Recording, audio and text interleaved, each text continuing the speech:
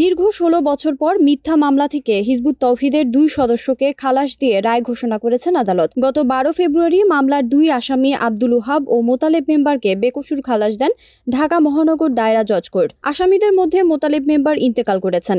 জানা যায় ২০০৮ সালে হিজবুত তৌহিদের প্রচার কাজ করার সময় সংগঠনের সদস্য মোতালেব মেম্বারকে ঢাকার আব্দুল্লাহপুর থেকে সন্দেহজনকভাবে আটক করে পুলিশ। অন্যদিকে আব্দুল ওহাবকে ভাড়া বাসা থেকে আটক করা হয়। এ সময় পুলিশ সদস্যদেরকে হিজবুত তৌহিদের কার্যক্রম, লক্ষ্য, উদ্দেশ্য সম্পর্কে বিস্তারিত তথ্য দেয়া সত্ত্বেও সম্পূর্ণ সন্দেহের উপর ভিত্তি করে আটককৃত ২ সদস্যের বিরুদ্ধে রাষ্ট্রদ্রোহিতার অভিযোগ তুলে মিথ্যা মামলা দায়ের করে পুলিশ। বিনা বিচারে দীর্ঘ ১.৫ বছর কারাবাসের পর হাইকোর্টের আদেশে তাদেরকে জামিন দেওয়া হয়। সর্বশেষ গত ১২ ফেব্রুয়ারি ২০২৫ তারিখে আদালতের আদেশে বেকসুর খালাস পেলেন ভুক্তভোগী ২ সদস্য। তাদের বিরুদ্ধে আনীত অভিযোগের সত্যতা না পাওয়ায় গত বুধবার বিজ্ঞ আদালত তাদের বেকসুর খালাস প্রদান করেন। হিজবুত তৌহিদের সদস্যরা হলেন আব্দুল ওহাব ও মোতালেব মেম্বার।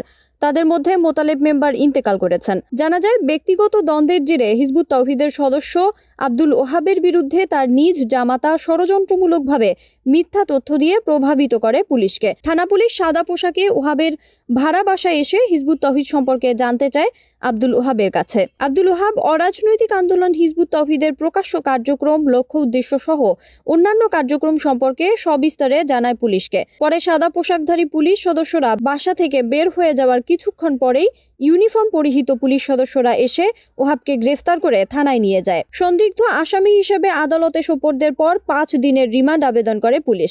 আদালত ১ দিনের রিমান্ড মঞ্জুর করে।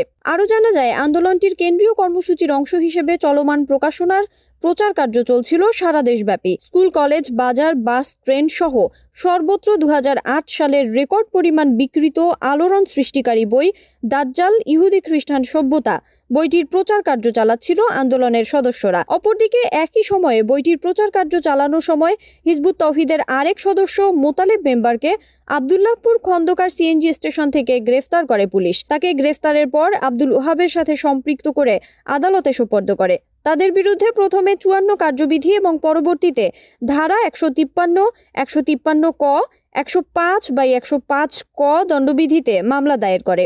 ব্যাপক তদন্তের পরেও তাদের বিরুদ্ধে অপরাধমূলক কিছু না পেয়েও আইও স্বপ্রণোদিত হয়ে অত্র ধারায় প্রসিকিউটর দাখিল করে।